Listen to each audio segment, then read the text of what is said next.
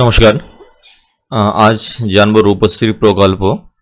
এই প্রকল্পটা কি এবং কারা অ্যাপ্লিকেশন করতে পারবে এই রূপশ্রী প্রকল্পের আন্ডারে।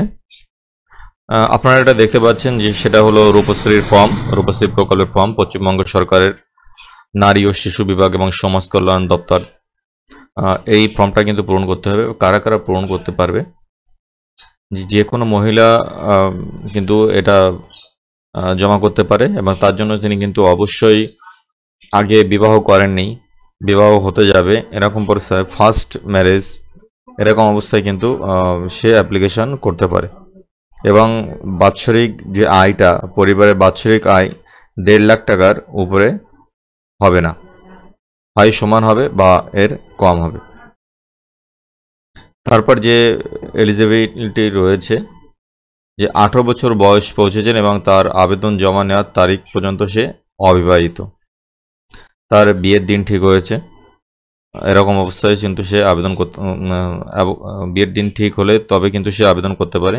তিনি পশ্চিমবঙ্গে জন্মগ্রহণ করেছেন এবং তিনি গত 5 বছর ধরে পশ্চিমবঙ্গের বাসিন্দা বা তার বাবা মা পশ্চিমবঙ্গের স্থায়ী বাসিন্দা।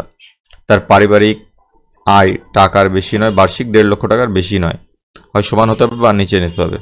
তার সম্ভাব্য বর 21 বছরে পৌঁছেছে, যার সঙ্গে বিয়ে হবে তার বয়স 21 বছরের উপরে বা 21 বছর হতে হবে।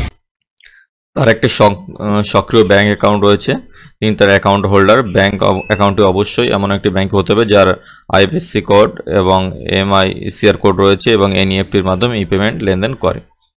তো এই সমস্ত যদি যোগ্যতা থাকে তবেই কিন্তু সে রূপশ্রী প্রকল্পের আওতায় পড়বে এবং সে রূপশ্রী প্রকল্পের ফর্ম ফিল আপ করে সে বিডিও অফিসে জমা করতে পারে। এই স্কিমটি শুধুমাত্র 18 বছরের বেশি বয়সী মেয়েদের জন্যই কিন্তু প্রযোজ্য। মেয়েকে অবশ্যই কমপক্ষে 10ম শ্রেণী বা সমসম শিক্ষা সম্পন্ন করতে হবে।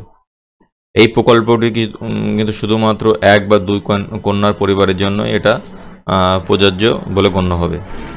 আবেদনের সময় মেয়েটিকে অবশ্যই অবিবাহিত হতে হবে, মেয়েটিকে অবশ্যই পশ্চিমবঙ্গের বাসিন্দা হতে হবে। স্কিমের জন্য আবেদনটি বিয়ের তারিখের কমপক্ষে 30 দিন আগে এবং বিয়ের তারিখের 1 বছর পরে জমা দিতে হবে। এটা কিন্তু যেদিন বিয়ে ঠিক হয়েছে তার 30 দিন আগে এই ফর্মটা জমা করে দেবেন। এবার এর সঙ্গে যে সমস্ত কাগজপত্র জমা করতে হবে, আবেদন করার সঙ্গে অবশ্যই জন্মের শংসাপত্র, পরিচয়পত্র, আয়ের শংসাপত্র, ইনকাম সার্টিফিকেট আর কি, বিয়ের আমন্ত্রণপত্র বা ঘোষণাপত্র সহ প্রয়োজনীয় কাগজপত্র কিন্তু জমা করতে হবে। এবার এটি আপনি কিভাবে অ্যাপ্লিকেশন করবেন, অনলাইন নাকি অফলাইন? এটি সাধারণত এখনও পর্যন্ত কিন্তু অফলাইনের জন্য আবেদন করা যাচ্ছে।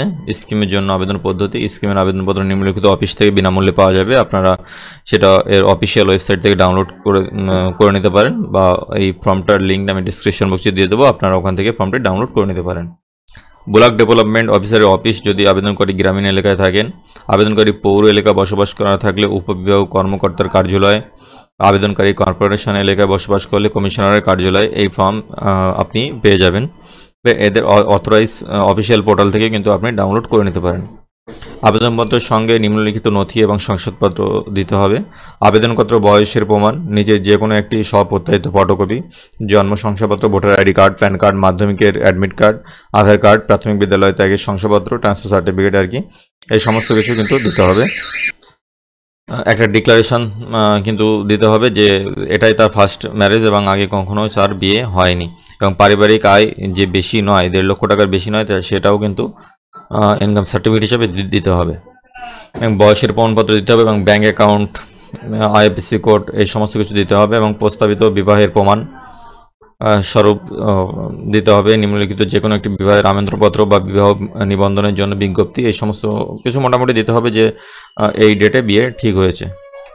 এবং সম্ভব বরের বয়সের প্রমাণপত্র, মানে যার সঙ্গে বিবাহ হবে তার বয়স যে 21 বছর হয়ে গেছে তার একটা প্রমাণ কিন্তু দিতে হবে এবং রঙিন পাসপোর্ট সাইজ ফটো লাগবে। পূরণকৃত আবেদনপত্র অন্যান্য সমস্ত প্রয়োজনীয় নথি এবং শংসাপত্র সহ বিডিও অফিসে, মহকুমা অধিকারিকদের অফিসে বা কর্পোরেশন অফিসে জমা দিতে হবে এবং যার অধীনে আবেদনকারীর বাসভবন অবস্থিত। সব থেকে ভালো হয় এটা আপনি অফলাইনে ফিল আপ করবেন, যদিও অনলাইনে হয় তবে আপনি এটা অফলাইনে ফিল আপ করে বিডিও অফিসে বা আপনার যেখানে বসবাস করবেন পৌরসভায় হলে পৌরসভায় বা কর্পোরেশনে বসবাস করলে কর্পোরেশনের অফিসে কিন্তু আপনি জমা করতে পারেন।